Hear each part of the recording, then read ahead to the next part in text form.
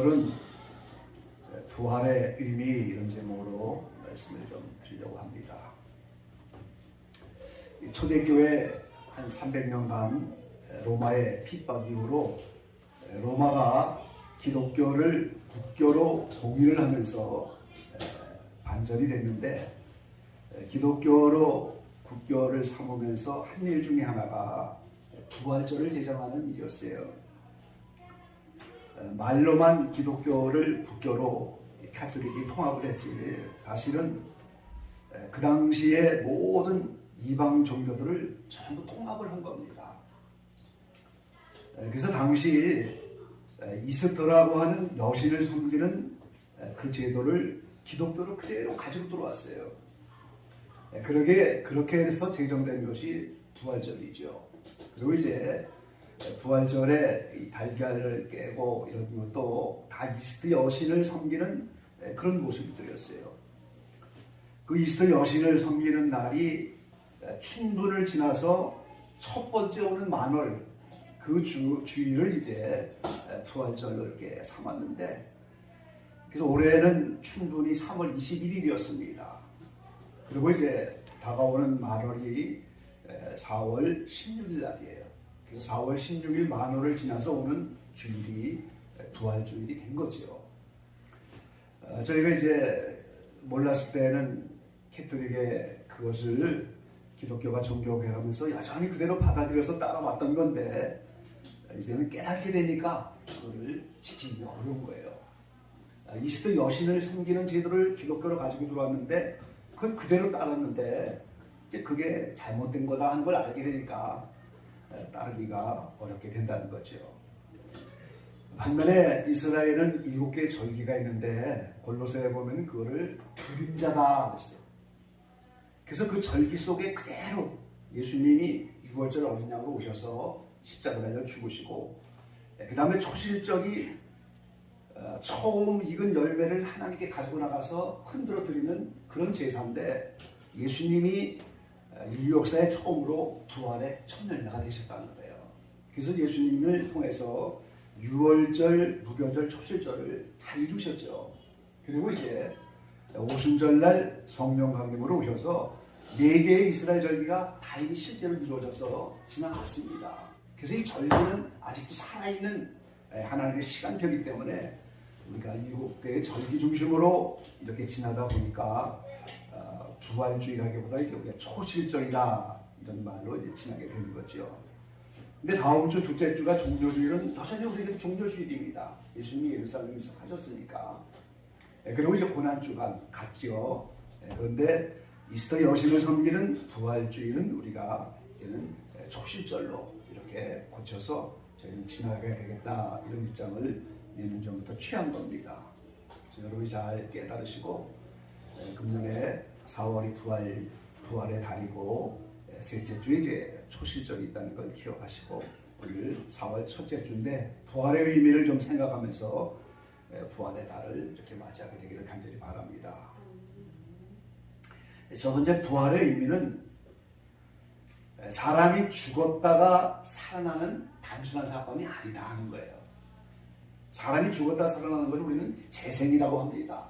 소생이라고 합니다. 그런데 기독교에서 말하는 부활은 그런 사건이 아니라는 거죠.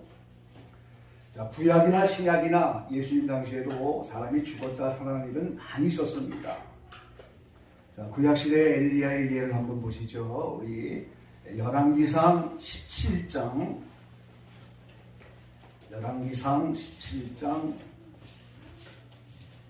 21절과 22절입니다. 그 아이 위에 몸을 3번 펴서 엎드리고 여호와께 부르짖어 가로되 나의 하나님 여호와여, 원컨대 이 아이의 혼으로 그 몸에 돌아오게 하옵소서 하니, 여호와께서 엘리야의 소리를 들으심으로 그 아이의 혼이 몸으로 돌아오고 살아난지라 그랬어요. 이 시돈에 속한 사르밧 가부의 아들이 죽었는데 오늘 엘리야가 그 아이를 기도한 가운데 살리시는 모습이에요. 이거를 재생 소생이라고 하는 거지, 이걸 우리는 부활이라고 말하지 않습니다. 엘리야의 제자인 엘리사도 마찬가지죠. 열왕기하 4장 말씀 한번 보시기 바랍니다. 열왕기하 4장 34절에서 35절 말씀이에요. 아이의 위에 올라 엎드려 자기 입을 그 입에, 자기 눈을 그 눈에, 자기 손을 그 손에 대고 그 몸에 엎드리니 아이의 살이 차차 따뜻하더라. 엘리사가 내려서 집안에서 한 번 이리저리 다니고 다시 아이 위에 올라 엎드리니 아이가 7번 재치기 하고 눈을 뜨는지라. 여기서도 이제 주모의 아이가 죽었는데 오늘 엘리사가 오늘 그 아이의 몸과 똑같이 포개서 오늘 그 아이를 살렸습니다. 이것도 재생이고 소생이지 우리는 부활이라고 말하지 않는다는 거죠. 자, 신약에 와서도 한번 보시죠. 누가복음 8장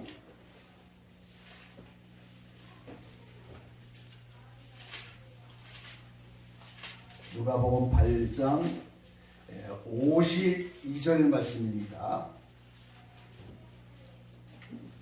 52절, 8장 52절에서 55절까지 모든 사람이 아이를 위하여 울며 통곡하며 예수께서 이르시되 울지 마라, 죽은 것이 아니라 잔다 하시니 저희가 그 죽은 것을 아는 거로 비웃더라.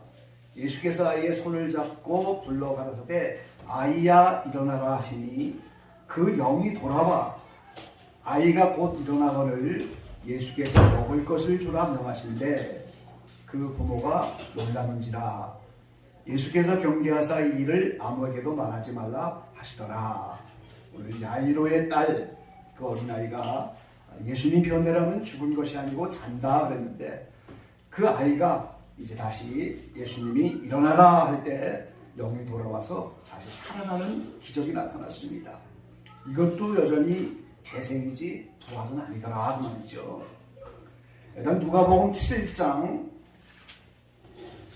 12절 말씀에 보니까 성문에 가까이 오실 때 사람들이 한 죽은 자를 메고 나오니 이는 그 어미의 독자요 어미는 과부라. 그 성에 많은 사람도 그와 함께 나오거늘 주께서 과부를 보시고 불쌍히 여기사 울지 말라 하시고 가까이 오사 그 관에 손을 대시니 맨자들이 선지라. 예수께서 가라사대 청년아 내가 네게 말하노니 일어나라 하시매 죽었던 자가 일어나서 말도 하거늘 예수께서 그를 어미에게 주신대. 이 나인성의 과부의 아들을 예수님이 직접 살리셨습니다. 근데 이것도 여전히 우리는 부활이 아니고 재생이다. 왜? 언젠가는 또 죽는 인생이기 때문에. 요한복음 11장 말씀 보겠습니다. 요한복음 11장 43절 이 말씀을 하시고 큰 소리로 나사로야 나오라 부르시니 죽은 자가 수족을 배로 동이제로 나온대 그 얼굴은 수건에 쌓였더라. 예수께서 가라사대 풀어놓아 다니게 하라 하시니라. 그 유명한 나사로가 죽었는데 예수님은 잔다 그러셨죠. 근데 그 나사로를 다시 살리시는 장면입니다. 근데 그 나사로가 다시 살아난 것도 우리는 부활이라고 말하지 않는다는 거지요. 언젠가는 나사로도 또 죽는 몸이기 때문인 겁니다. 그 다음에 사도행전 9장 37절 말씀입니다.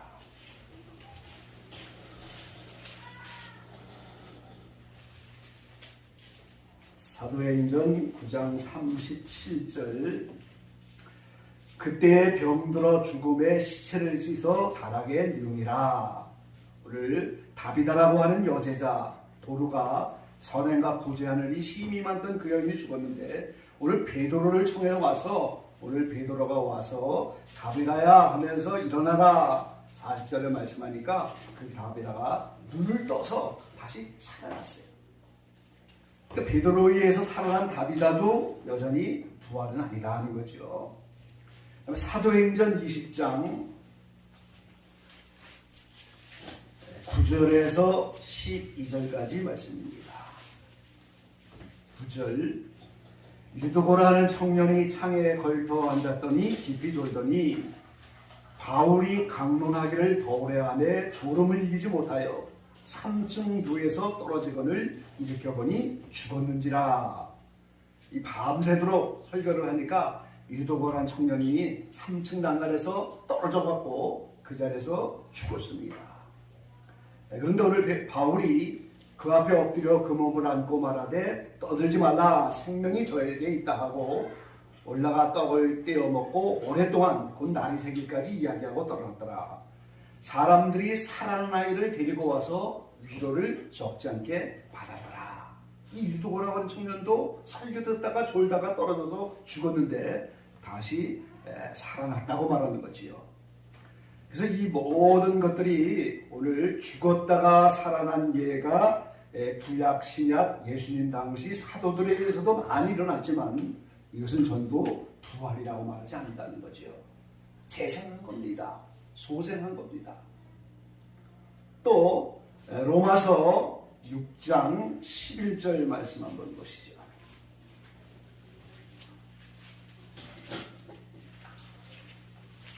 로마서 6장 11절 이와 같이 너희도 너의 자신을 죄에 대하여는 죽은 자요 그리스도 예수 안에서 하나님을 대하여는 산 자로 여길지니라.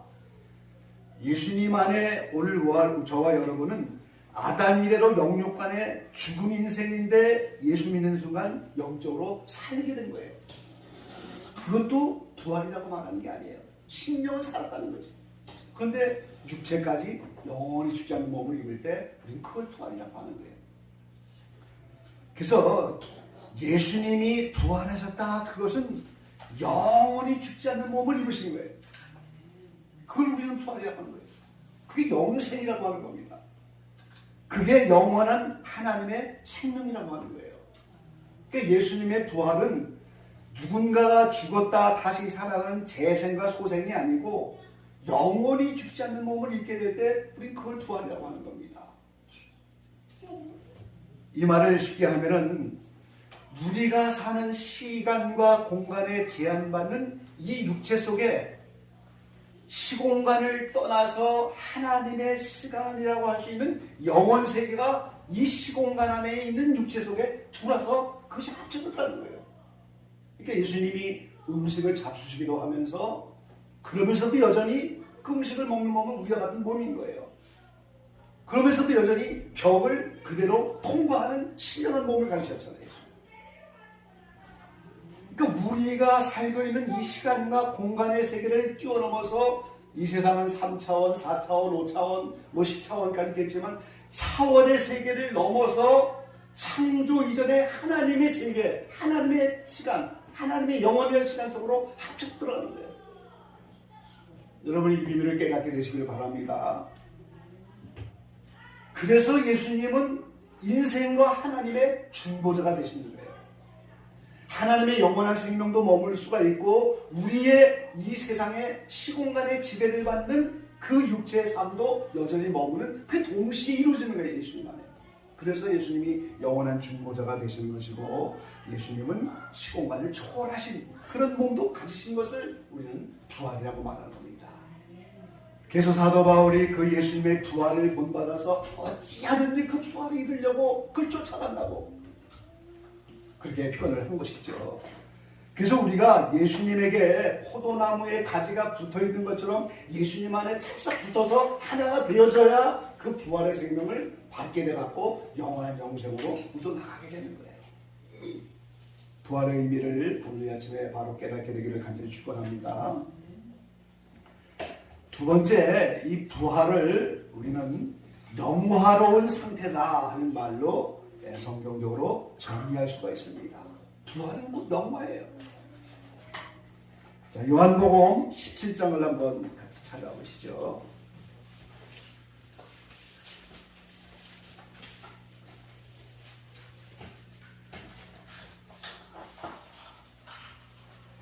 요한복음 17장 1절로 5절까지만 우리 함께 교독해 보기로 하겠습니다. 요한복음 17장 1절에서 5절 교독합니다. 예수께서 이 말씀을 하시고 눈을 들어 하늘을 우러러 가라사대 아버지여 때가 이르렀사오니 아들을 영화롭게 하사 아들로 아버지를 영화롭게 하게 하옵소서. 아버지께서 아들에게 주신 모든 자에게 영생을 주게 하시려고 이는 자신의 문제를 알게 하시니라.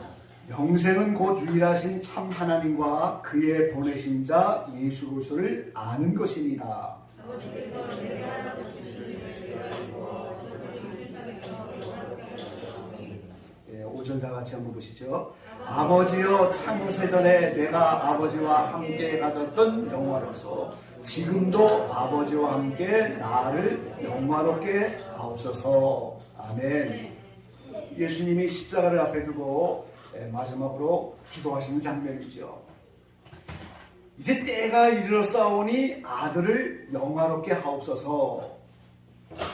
이 세상에 오셔서 내게 하라고 주신 일을 다 이루어 4절 말씀에 이 세상에서 아버지를 영화롭게 하셨사오니, 이 영화롭게 한다고 하는 말이 영광을 돌린다는 말과 같습니다. 다른 번역에서는 영광이라고 했지요. 우리가 영광 돌리는 게 뭡니까? 하나님께 예수 믿고 영광 돌리는 것이 인생의 목적인데, 영광 돌린다는 게 뭐예요? 이 영광 돌리는 것은 아버지의 성품을 드러내는 것을 영광 돌린다고 하는 거예요.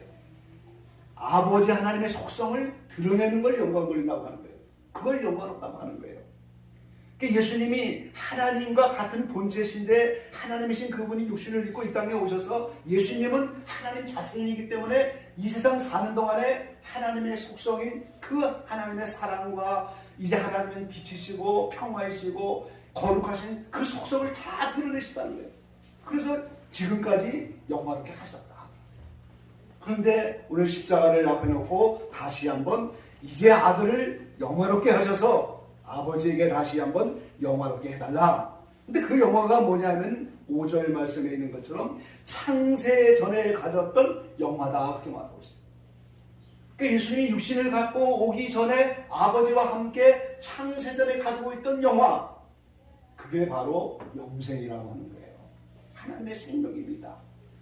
예수님이 육신의 몸을 입고 오셔서 아버지의 성품을 다 드러내셔서 예수님도 거룩하게 사셨고 사랑으로 사셨고 빛이 되셨고 예수님도 평화이시고 하나님의 성품을 다 드러냈지만 육체를 가지고 있는 이상 영생이라고 하는 하나님의 영화, 그 영광만은 돌릴 수가 없다는 거예요. 그래서 십자가에서 죽지만 다시 부활하여 영원한 하나님의 생명을 드러내서 하나님께 영광을 돌리게 해달라, 이렇게 마지막으로 기도하시는 거예요. 여러분 이 아침에 잘 깨닫게 되시길 바랍니다. 그래서 하나님이 이 기도를 받으셔서 예수님을 영화롭게 하셨다는 거예요. 그게 부활이라는 겁니다, 여러분. 자, 우리 사도행전 3장 찾아보겠습니다.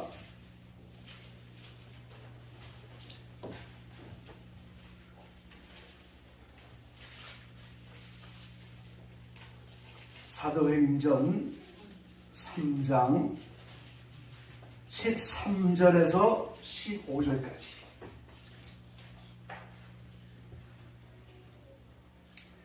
중요한 말씀이니까 한 음성으로 함께 봉독해 봅니다. 13절로 15절까지. 아브라함과 이삭과 야곱의 하나님 곧 우리 조상의 하나님이 그 종 예수를 영화롭게 하셨느니라. 너희가 저를 넘겨주고 빌라도가 놓아주기로 결함한 것을 너희가 그 앞에서 부인하였으니 너희가 거룩하고 의로운 자를 부인하고 도리어 살인한 사람을 놓아주기를 구하여 생명의 주를 죽였도다. 그러나 하나님이 죽은 자 가운데서 살리셨으니 우리가 이 일의 증인이로라. 아멘. 오늘 빌라도가 정죄하고 이제 다 십자가에 못 박으라고 해서 예수님을 못 박아서 생명의 주를 죽였지만 하나님이 죽은 자 가운데서 살리셔서 그래서 부활하셨는데, 그 부활이 예수님이 영화롭게 해달라고 하는 그 기도대로 하나님이 그 종 예수를 영화롭게 하셨다, 이 말이에요. 그 부활이 영화인 겁니다, 여러분. 부활이 마지막 예수님이 육신을 가지고 나타날 수 없는 하나님의 영원한 생명, 창세전의 생명, 그거를 부활을 통해서 영화롭게 하시며 그 영원한 생명을 드러내셨다는 거예요. 이제. 그래서 예수님의 몸을 신령한 몸이면서 영화로운 몸이다. 그게 부활인 겁니다, 여러분. 얼마나 놀라운지 그 부활의 놀라운 그 경지를 오늘 우리에게도 주시려고 주님은 십자가를 지신 거예요. 다시 요한복음 17장으로 돌아갑니다.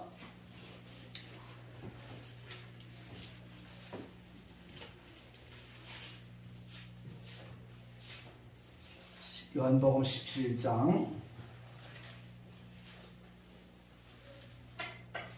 20절부터 24절까지 함성을 다시 한번 공독해 봅니다. 요한복음 12장 20절로 24절까지. 내가 비옵는 것은 이 사람들만 위함이 아니요 또 저의 말을 인하여 나를 믿는 사람들도 위함이니 아버지께서 내 안에 내가 아버지 안에 있는 것 같이 저희도 다 하나가 되어 우리 안에 있게 하사 세상으로 아버지께서 나를 보내신 것을 믿게 하옵소서. 내게 주신 영광을 내가 저희에게 주었사오니 이는 우리가 하나가 된 것 같이 저희도 하나가 되게 하려 함입니다. 곧 내가 저희 안에 아버지께서 내 안에 계셔 저희로 온전함을 이루어 하나가 되게 하려 함은 아버지께서 나를 보내신 것과 또 나를 사랑하신 것 같이 저희도 사랑하신 것을 세상으로 알게 하려 함이로소이다. 아버지여 내게 주신 자도 나 있는 곳에 나와 함께 있어 아버지께서 창세 전부터 나를 사랑하심으로 내게 주신 나의 영광을 저희로 보게 하시기를 원하옵나이다. 아멘. 이 얼마나 놀라운 일이에요. 아버지와 예수님이 하나가 되셔서 창세전에 가셨던 영원한 영광, 그게 영광입니다. 근데 그 영광과 그 영화를 예수님에게 주신 자, 곧 예수 믿는 자, 그들도 하나가 되어서 온전케 되어 그 자리에 있게 해달라고. 그러니까 오늘 저와 여러분의 구원의 최종적인 목적지가 창세전에 가졌던 하나님의 영원한 생명인 그 영광의 자리, 그 영화의 자리, 거기가 우리의 최종 목적지라는 거예요. 예수 믿는 자의 목적지가 거기라는 거예요. 거기에 하나가 있게 해달라고 예수님은 마지막 십자가를 앞에 놓고 간절히 지금 기도하고 계시잖아요. 로마서 8장 보겠습니다.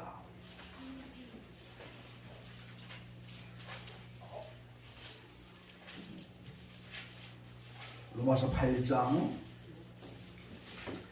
28절에서 30절까지 말씀입니다. 28절에서 30절까지 우리 함께 읽어보시죠. 우리가 알거니와 하나님을 사랑하는 자 곧 그 뜻대로 부르심을 입은 자들에게는 모든 것이 합력하여 선을 이루느니라. 하나님이 미리 아신 자들로 또한 그 아들의 형상을 본받게 하기 위하여 미리 정하셨으니 이는 그로 많은 형제 중에서 맏아들이 되게 하려 하심이니라. 또 미리 정하신 그들을 또한 부르시고 부르신 그들을 또한 의롭다 하시고 의롭다 하신 그들을 또한 영화롭게 하셨느니라. 아멘. 여기 오늘 저와 여러분을 부르신 목적이 나오잖아요. 자, 우리 장인서 시사님은 왜 하나님이 부르셨느냐? 의롭다고 하신 다음에 영화롭게 하시려고 하는데 그 영화롭게 하는 게 예수님이 하나님과 창세전에 가졌던 그 영광이라는 거예요. 물질 세계를 떠나서 창조 이전에 가졌던 하나님의 영원한 생명, 그게 영광인데 예수님이 부활하셔서 그 영광을 가지게 됐다는 겁니다. 그러니까 오늘 저와도 예수님께 다 붙어서 하나가 되어 예수님 부활한 이후로 이제 우리도 언젠가 부활하여 그 영광, 창세전에 가졌던 그 영광의 자리로 가는 것, 그게 부르시는 목적이라는 거예요. 얼마나 놀라운 부르심입니까? 저와 여러분 이렇게 시시한 사람들이 아니에요. 오늘 이 세상에서는 연단받고 병도 걸리고 이리저리 쫓겨가면서 이렇게 힘들게 살아가는 것 같지만 오늘 저와 여러분을 부르신 것은 창세전에 아버지와 함께 가졌던 그 예수님의 영광, 그게 그 아들 예수의 형상인 겁니다. 그게 오늘 저와 여러분의 부르심이고 그게 오늘 인생의 목적이고 오늘 신앙생활의 종착역이고 오늘 죽은 자는 부활을 시킬 수가 없지만 예수님은 산자가 되어서 우리를 부활시킬 수 있는 자가 된 그 부활의 청년자가 됐다는 거예요. 얼마나 놀라운 일이에요. 누가 죽은 자가 죽은 자를 부활시킬 수가 있겠어? 산자를 만들겠어요. 오직 예수님만 산자이기 때문에 예수님만 우리를 살게 하시는 거예요. 계시록 1장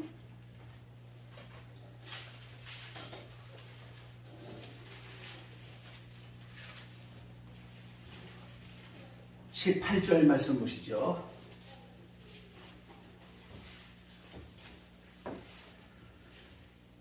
곧 산자라 내가 전에 죽었었노라 볼지어다 이제 세세토록 살아있어 사망과 음부의 열쇠를 가졌노니.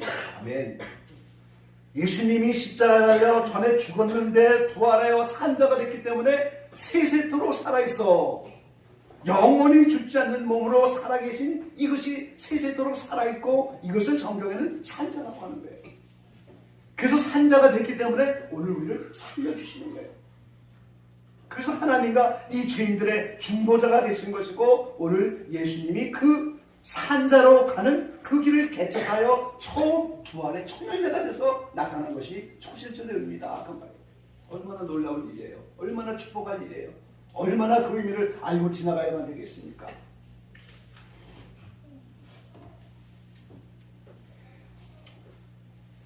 부활이야말로 오늘 저와 여러분의 인생의 최대의 소망이고 우리가 바라봐야 될 것이고 우리가 가져야 할 최대의 믿음은 부활의 믿음인 거예요.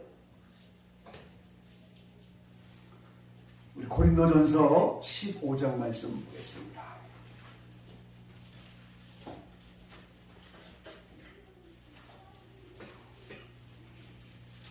15장 12절 그리스도께서 죽은 자 가운데서 다시 살아나셨다 전파되었거늘 너희 중에서 어떤 이들은 어찌하여 죽은 자 가운데서 부활이 없다 하느냐. 만일 죽은 자의 부활이 없으면 그리스도도 다시 살지 못하셨으리라. 그리스도께서 만일 다시 살지 못하셨으면 우리가 전파하는 것도 헛것이요 또 너의 믿음도 헛것이며 또 우리가 하나님의 거짓 증인으로 발견되리니 우리가 하나님이 그리스도를 다시 살리셨다고 증거하였습니다. 만일 죽은 자가 다시 사는 것이 없으면 하나님이 그리스도를 다시 살리시지 아니하였으리라. 만일 죽은 자가 다시 사는 것이 없으면 그리스도가 다시 사신 것이 없었을 터이요. 그리스도께서 다시 사신 것이 없으면 너희의 믿음도 헛되고 너희가 여전히 죄 가운데 있을 것이고 또한 그리스도 안에서 잠잔 자도 망하였으니 만일 그리스도 안에서 우리의 바라는 것이 다만 이생뿐이면 모든 사랑 가운데 우리가 더욱 불쌍한 자리라. 부활이 안 믿어지는데 예수 믿고 이거는 아무 쓸데가 없다는 거예요. 지금 부활이 없으면 믿음도 헛것이고 부활의 증인 이 증인들의 말도 다 거짓이고 부활이 없다면 예수님 다시 사는 것도 없는 것이고 우리의 죄문제도 여전히 있는 것이고 우리의 모든 것이 다 없는데 그렇다고 믿는다고 하니까 불쌍한 자고 이것은 이생뿐인 것이라고 이렇게 믿어지니까 부활의 믿음이 아니면 우리의 믿음은 다 헛것입니다. 부활의 믿음이 있어야 우리의 소망인 부활을 얻는 것이고 이 부활의 믿음을 가져야만 우리가 올바른 신앙생활을 감당할 수 있는 겁니다. 15장 58절 말씀 보시죠. 그러므로 내 사랑하는 형제들아 견고하며 흔들리지 말며 항상 주의 일에 더욱 힘쓰는 자들이 되라. 이는 너의 수고가 주 안에서 헛되지 않은 줄을 알미리라. 아멘. 부활이 있기 때문에 초대교회 수많은 사람들이 로마의 원형 경기장에서 오늘 사자의 밥이 되면서도 여전히 죽어가면서도 그 부활의 소망과 믿음을 갖고 있기 때문에 순교가 가능하였던 것이고 스데반 지사님이 돌로 맞아 죽으면서도 오늘 스데반 지사님이 하늘이 열려서 그 영광의 주님을 바라보면서 그 부활의 주님을 보기 때문에 순교도 가능한 것이고 그래서 오늘 저와 여러분 부활의 믿음을 가져야만 흔들리지가 않는 겁니다. 그래서 견고한 거예요. 신앙이. 그래서 주의 일에 힘쓸 수가 있는 거예요. 헛되지 않은 것이기 때문에. 마지막 세 번째는 오늘 부활의 차례인데 시간이 많이 지났기 때문에 간단하게만 설명을 드리려고 합니다. 역사도 그 좀 잠깐 보여주시죠, 우리 지사님. 자, 15장 20절로 24절 오늘 본문 말씀에 이렇게 성도의 최대의 소망이고 오늘 우리의 믿음의 근거인 이 부활이 오늘 20절 2절 말씀에 보니까 이것이 차례대로 된다 이렇게 말씀하고 있어요. 차례대로 되리니 23절에 말씀하고 있죠. 그래서 오늘 각자 우리 부활의 차례가 언제인지 우리가 어떻게 부활을 받게 되는 건지 그 부활의 차례를 짧은 시간이지만 간단하게 말씀을 드리면서 좀 마치려고 합니다. 자, 이 부활의 차례는 예수님이 십자가에 달려 죽으신 다음에 부활했을 때 부활의 첫 열매다. 영원히 죽지 않는 신령한 몸을 예수님이 입으셔서 부활의 이유가 됐다는 거예요. 부활의 첫 열매가 되신 거예요. 그래서 이 부활은 오늘 고린도서 15장 말씀대로 이제 예수님이 재림하여 다시 오실 때 그때 다시 부활의 역사가 나타나는 겁니다. 그럼 예수님이 재림이 두 가지인데 공중에 오시는 것을 공중강림이라고 하고 땅으로 내려오는 것을 우리가 지상재림이라고 해요. 요때 예수님 강림할 때 붙은 자는 교회 시대 동안에 14만 4천이라고 하는 영혼이 먼저 죄에서 해방되신 사람들, 로마서 8장에 그게 일어나서 죄에서 해방이 된 사람들, 죄 문제가 해결된 사람들, 그 사람들이 처음 익은 열매라고 하는데 그들이 예수님 공중강림할 때 죽었다가 부활하여 휴거하는 거예요. 그리고 예수님 공중강림할 때 14만 4천 명 중에 살아있는 사람은 죽음을 맛보지 않고 변화가 되어서 그들과 함께 휴거되는 거예요. 그리고 예수님이 지상 재림할 때 교회 시동안의 순교자들과 대화를 할 때 순교자들이 함께 천년왕국의 부활체를 가지고 나옵니다. 이것을 요한계시록 20장의 첫째 부활이다 이렇게 말해요. 교회 동안에 14만 4천 명이 처음 익은 열매는 순교자들은 두 번째 익은 열매예요. 그들이 예수님 지상대할 때 첫째 부활로 천년왕국의 부활체를 가지고 나오는 거예요. 그럼 나머지 우리가 사는 교회 시대 동안에 처음 익은 열매 14만 4천 명과 순교자를 제외한 나머지는 전부 세 번째 익은 열매인데 이들은 전부 대환란을 통과하여 구원을 받는 사람들이에요. 이 사람들은 전부 새하늘 새 땅이 열릴 때 백보자 심판이 지나서 새하늘 새 땅이 열리 하나님 나라를 아버지께 바칠 때라 그러죠. 고린도서 15장에는 이때 두 번째 부활이 일어날 때 그때 부활을 하는 거예요. 사람 몸으로 말하는 예수님이 오실 때 예수님의 머리 구원을 받는 예수님과 한분된 신부들은 이때 먼저 부활체를 입는 거예요. 그리고 목에 해당하는 순교자는 들러리 같은 사람들이에요. 신랑 신부 옆에 있는 들러리처럼 머리와 몸의 중간인 그 목은 이때 부활에 붙어버리는 거예요. 목은 머리에 붙어있는 겁니다. 그리고 나머지 지체는 이때 부활을 하는 거예요. 그래서 예수님의 모든 몸인 한 사람으로 한 사람처럼 완전히 나타날 때 부활이 끝나면서 오늘 새로운 새하늘 새 땅이 부활체와 같이 이 땅에 나타나서 그때 하나님 나라가 이루어지는 거예요. 이게 예수님의 십자가는 우리가 이 십자가 의미를 잘 깨달아야 되는데 아담 안에 모든 사람이 죄인 되어서 타락한 우주 만물과 사람의 심령과 육체가 예수님의 십자가 속으로 함께 들어가는 겁니다. 아담 한 사람이 범죄하여 그것이 모든 것이 다 죄인 된 것처럼 마지막 아담은 예수님 안에 들어가는 거예요.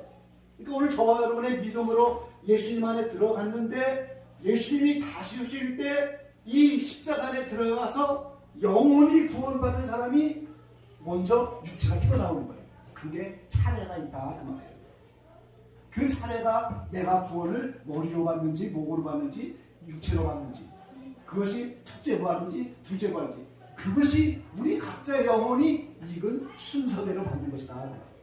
그러니까 죄에서 빨리 해방이 된 사람이 먼저 부활합니다. 천년왕국이 지나서 받습니까? 천년 후에는 부활이 있는 거잖아요. 공중만명할 때 처음 믿은 열매로 부활이 못 되면 이때 부활하니까 7년 뒤죠.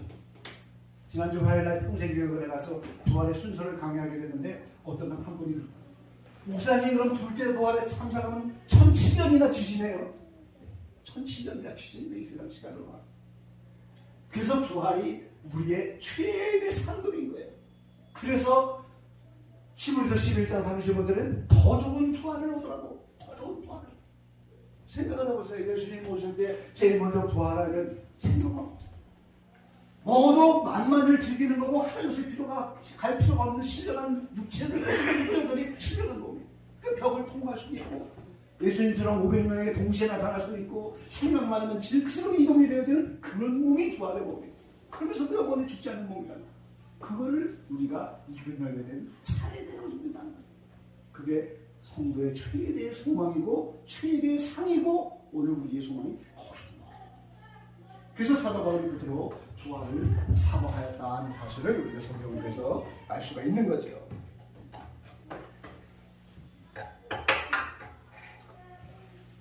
예, 4월은 부활의 달입니다. 오늘 부활에 대해서 많이 묵상을 하시고요. 다음 주가 종료주일이고 고난주간입니다. 그리고 고난주간 잘 이렇게 지나가면서 셋째 주에 또 부활의 초실절을 향하여서 성찬도 나누고 그러면서 마음을 준비하면서 4월을 부활의 영광에 이렇게 함께 동참하며 신령한 은혜로 함께 지나갈 수 있는 저와 여러분들을 간절히 축원합니다. 기도하겠습니다. 아버지 하나님 감사합니다. 주로 말미암아 썩을 수밖에 없고 죽을 수밖에 없는 인생을 예수님이 이 땅에 보내주셔서 오늘 우리가 믿음으로 십자가 안에 들어갔습니다. 이 믿음이 헛되지 않게 도와주시고 무엇보다도 부활의 믿음을 든든히 가져서 어떠한 일에도 흔들리지 않고 견고하여서 오늘 이 부활의 영광에 동참할 수 있는 저희가 되게 하시고 예수님이 다시 오시지 않는다면 이 부활은 나타나지 않습니다.